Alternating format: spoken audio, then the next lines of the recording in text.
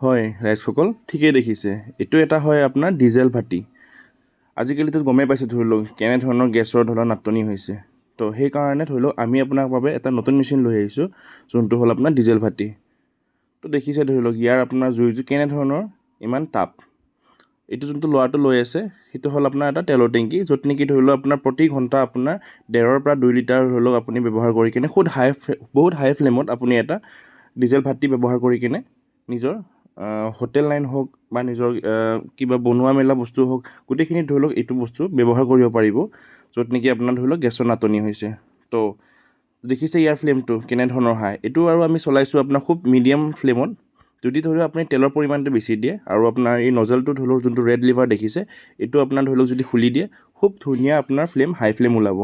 তো দেখিছে আপুনি ইয়াতে আপোনাৰ কেনেধৰণৰ আপুনি তেলটো ধৰি লওক মিলাব পাৰে, তেলৰ যোৱা পৰিমাণটো। ইয়াতে ধৰি লওক এটা পাংখা লাগি আছে, ছিংগল ফেচৰ মেচিন হয়, এটা আপোনাৰ 1 HP এটা আপোনাৰ মটৰ ব্লৱাৰ লাগি আছে। তো খুব কম টকাতে আপুনি এই মেচিনটো ঘৰলৈকে লৈ যাওক আৰু আপুনি ব্যৱসায় এটা খুব ধুনীয়াকৈ এটা আৰম্ভ কৰক। ধন্যবাদ।